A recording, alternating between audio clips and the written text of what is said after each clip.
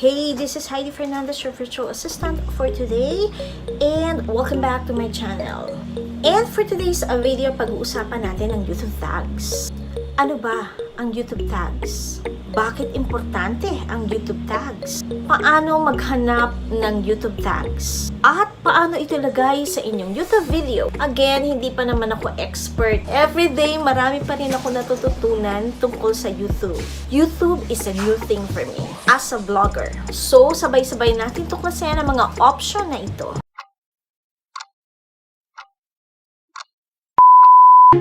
Everyday, marami pa rin ako natututunan.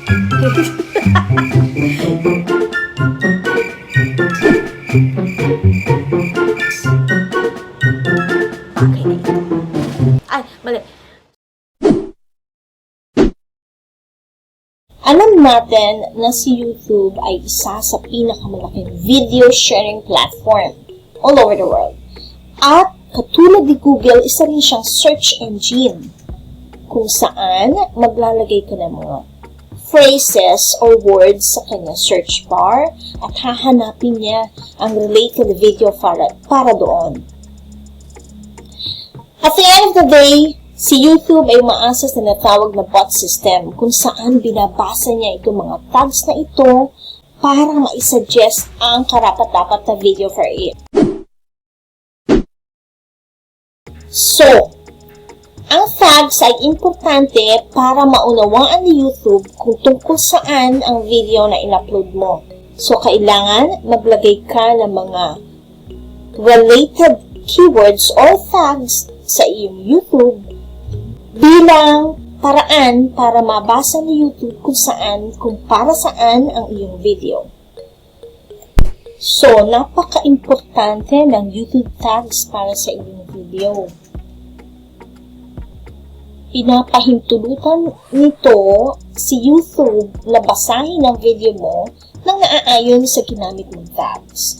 So, next time na gagawa ka ng video, kailangan i-research mo muna o do a quick research on kung ano yung mga tags na maaari mong gamitin para sa video mo.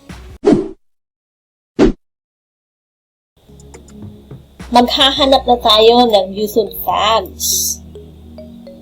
So, for example, ang video mo ay tungkol sa... Okay, punta lang tayo sa YouTube. Marami paraan na paghahanap ng YouTube tags. Maaari kang gumamit ng mga online free tool YouTube tag generator tulad nito, Tags YouTube. Ito ay free tool na pwede mong gamitin para makapaghanap ka ng mga YouTube tags. So, ipi-paste mo lang dito, halimbawa, ang iyong keyword, halimbawa ay acne solution, at bibigyan ka na niya ng idea. Ito yung tinatawag na general term o yung iyong magiging keyword focus or focus keyword. Acne solution. Okay? Yan yung binibigay o sinasuggest sa iyo ng online tool na to na pwede mong gamitin bilang tags sa iyong YouTube. Another platform na ginagamit ko ay yung Ahref. So, ito, mas precise kasi this is a paid tool na meron akong access na kung saan nagre-research ako ng mga tags gamit itong tool na ito. So, ilalagay ko lamang sa Keyword Explorer, YouTube, halimbawa, Philippines ang iyong target location para sa video na yon, ilalagay mo yung location, kung United States or Australia, ilalagay mo lamang dyan yung location at ilalagay mo yung iyong keyword seed dito sa area na ito at bibigyan ka na ng idea kung ano-anong mga keywords or tags ang pwede mong gamitin. So, ayan. Dito tayo sa place match at ayan, makikita mo na. Dito naman yung tinatawag na search volume niya. So, lagyan natin muna yung acne. Okay. Yan yung mga search volume value niya. Halimbawa, all over the world, ang search value niya o yung mga taong nagsisearch ay 72,000. Okay? Ito naman yung average monthly number of searches para sa isang keyword. Okay. Yan yung mga sinasuggest ng tool na ito na pwede mong gamitin para sa iyong YouTube tags. Another strategy to get tags ay, halimbawa, ang iyong target ay for acne. Kukuha ka lamang ng isang video at i-hijack natin yung kanyang mga keywords. Paano gawin ito? So, i-open mo lang yung video na yon na sinearch mo na related sa video na gagawin mo at ikaw ay mag-view. So, dito lamang, pataas, right-click, at mag-view page source ka. Para mahanap mo dyan yung kanyang kinamit, ikaw ay mag-Control F at ilagay mo na yung keywords. Ayan. So, kapag na-target nila yung keywords na yan, ibig sabihin, itong mga word na ito, yan, yung mga word na yan, ang ginamit ng video na ito na tag sa kanyang YouTube video.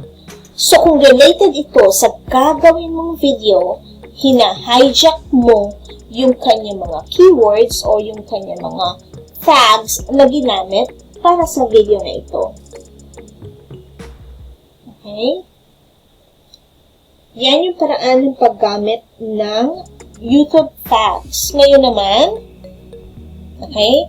Yan. Kung babalikan natin, maraming paraan, maraming solusyon, at maraming mga online tools na pwede mong gamitin. Ito pa. Okay. Itong keyword tool na ito, pwede mo rin gamitin para magkapaghanap ka ng keyword na magagamit mo para sa iyong gagawing video. So, before you do a video, I suggest you do a quick research para sa YouTube tags. At kapag ka nakuha mo na yung mga words na yan, ilagay mo yan sa isang notepad at i-prepare mo yan para sa paglatag sa iyong YouTube video. Okay? So, itong tool na ito, ilalagay ko lahat itong mga free online tool na ito na pwede mo magamit para sa pag-research ng iyong YouTube tags. Okay?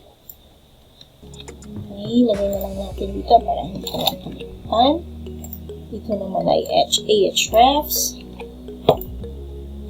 Ang Ahrefs ay nagbibigay ng 7 days free trial. So, kung gusto nyo gamitin yan, pwede rin. Kaya lang, you are only allowed to use it for 7 days for free. At pagkatapos nun ay babayaran na siya. Okay?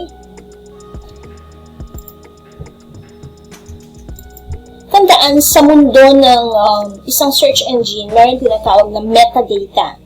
At importante ito sa kanila, sa mga search engine na ito, na meron itong metadata, ang information na in-upload mo, o anything, article, blogs, or para sa particular na pinag-uusapan natin, YouTube videos, dapat meron yung metadata para mabasa yan ng search engine kung ano ang context ng iyong in-upload.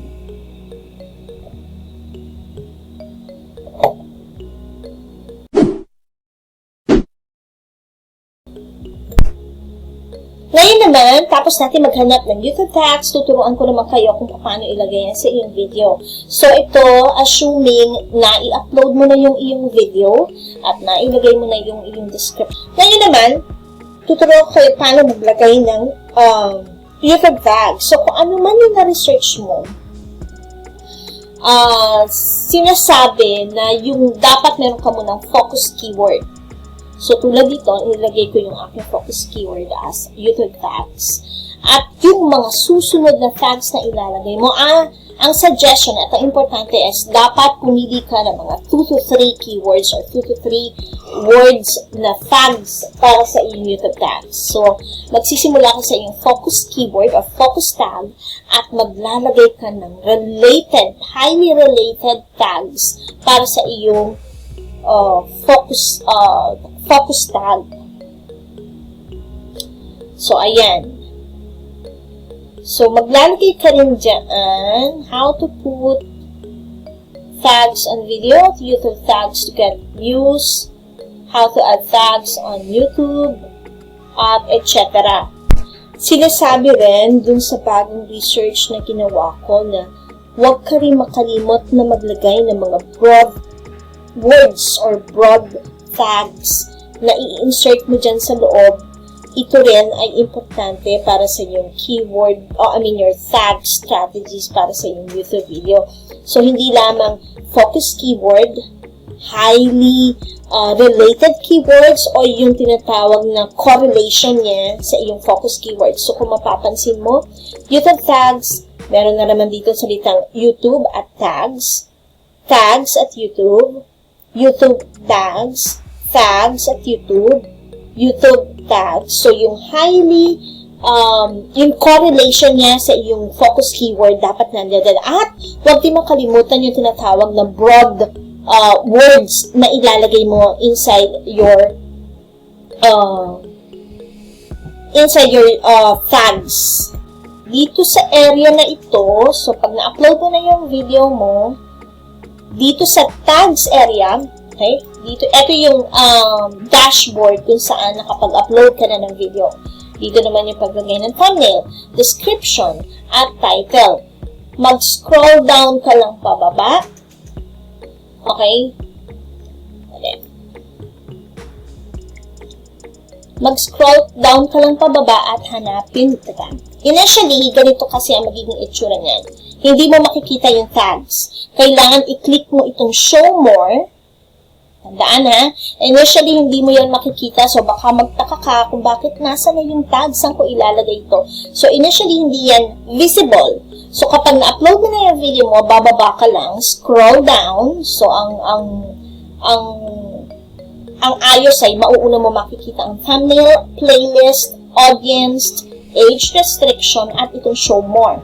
I-click mo lang yung show more, at dyan, dito sa tags area, ilalagay mo na yung mga na-research mo na tags. At iyon na itong isa-save. Recently, nagkaroon ako ng problema kung saan nakapag-upload na ako ng mga tags at gusto kong palitan dahil minomonitor ko rin kung paano ma-improve yung mga YouTube videos.